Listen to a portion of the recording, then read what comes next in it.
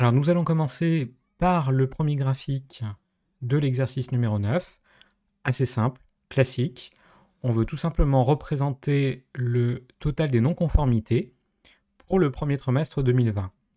Donc il faut juste regarder la légende, qui a une indication comme quoi on veut les trois valeurs pour le janvier 2020, février 2020, mars 2020. Donc ça veut dire qu'on veut les totaux. Donc on a besoin de cette information-là et ensuite de récupérer ces valeurs-là. Ensuite, on va chercher son graphique. Là encore, c'est un graphique secteur en version 2 dimensions. Et on a l'opportunité de pouvoir présenter les pourcentages. Donc jusqu'à présent, dans les vidéos, je vous ai souvent présenté l'outil de disposition rapide. Mais ce n'est pas la seule façon de pouvoir modifier et personnaliser les étiquettes dans les graphiques, et notamment dans les graphiques secteurs. On peut passer par cet outil, demander à faire afficher les étiquettes.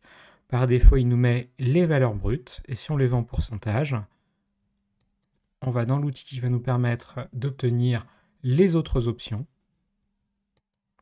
Donc là, il y a un panneau latéral, et sur ce panneau latéral, on peut faire apparaître ici les pourcentages. Alors par défaut, j'ai et les valeurs et les pourcentages, j'ai juste à décocher si je veux avoir que les pourcentages. Voilà une autre façon pour modifier les étiquettes et les personnaliser.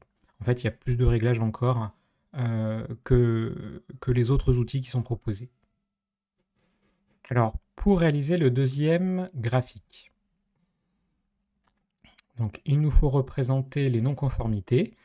Les non-conformités pour les différents mois du premier trimestre et surtout pour les différents domaines. Là encore, c'est un classique par rapport aux exercices qu'on a déjà exécutés. Donc il nous faut à la fois donc, les non-conformités pour les différents mois du premier trimestre avec les étiquettes correspondantes, c'est-à-dire les différents domaines. Dans ce genre de situation, le graphique histogramme est bien adapté. Un graphique secteur ne peut pas être utilisé dans ce cadre-là, puisqu'il y a une double entrée, des informations par mois et par domaine. Une version 2D fait très bien l'affaire. Et bien sûr, comme d'habitude, on peut modifier le titre juste en cliquant à l'intérieur, en supprimant et en tapant le texte.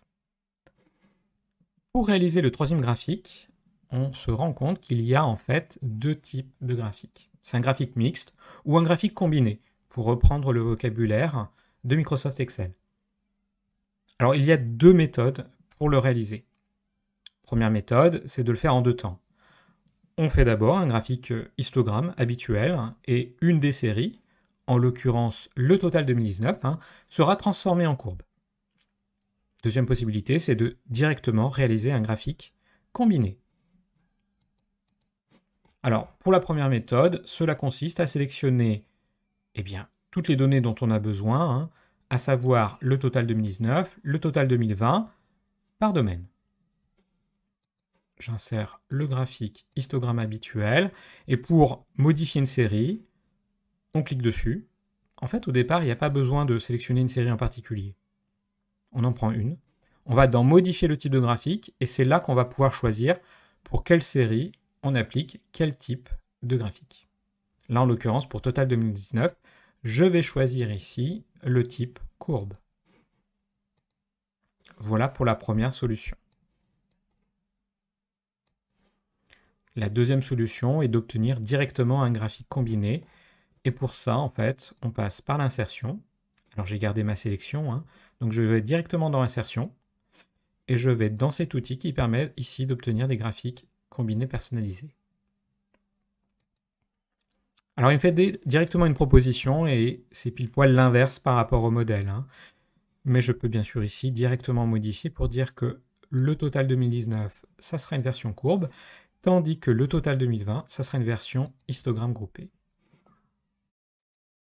On obtient exactement le même graphique. À vous de choisir la méthode que vous préférez.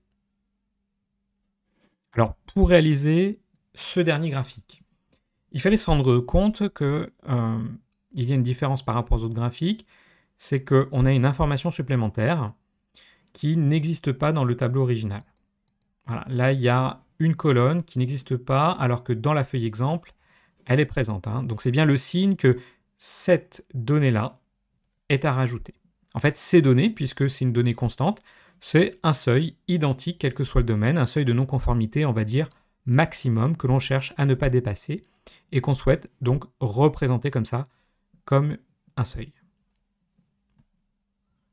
Alors, pour faire ça, bien sûr, il faut au préalable penser à mettre les informations. Alors, imaginons que vous avez déjà fait un graphique et vous ne saviez pas réaliser le seuil et vous ne l'avez pas fait tout de suite. Alors, qu'est-ce que je veux dire par là? Imaginons que vous avez déjà produit un graphique qui permet de représenter les non-conformités par domaine et pour le premier trimestre, pour les différents mois du premier trimestre. Donc là, je vais faire un graphique histogramme qui me permet de représenter les non-conformités et par domaine et par mois, et qu'a posteriori, vous avez rajouté cette information supplémentaire, mais qui n'est pas inclus dans le graphique d'origine. En gros, la question, c'est comment permet-on d'actualiser un graphique dans Excel? Donc pour intégrer cette colonne supplémentaire, c'est très simple. Il y a plusieurs solutions, mais vraiment, celle qui est la plus intuitive, ça consiste à cliquer dans votre graphique et puis de finalement personnaliser la sélection en agrandissant. Voilà, ça c'est la solution la plus facile pour actualiser un graphique avec des nouvelles données. Donc là, c'était sur une nouvelle colonne. On pourrait très bien imaginer la situation où on doit agrandir nos sélections parce qu'on a rajouté une ligne supplémentaire. Dans l'esprit, c'est la même chose. Alors bien sûr, la petite touche finale pour avoir le même graphique que l'original, eh bien, il fallait d'abord penser à intervertir les lignes et les colonnes. C'est ce qui permet d'avoir une série, ici la série seuil, que l'on va pouvoir maintenant modifier et demander à ce qu'elle soit en type courbe. Donc là, la procédure, c'est je modifie le type de graphique, je vais chercher la série ici qui s'appelle seuil pour demander à la voir en courbe. Et là, on a bien le même graphique que l'original.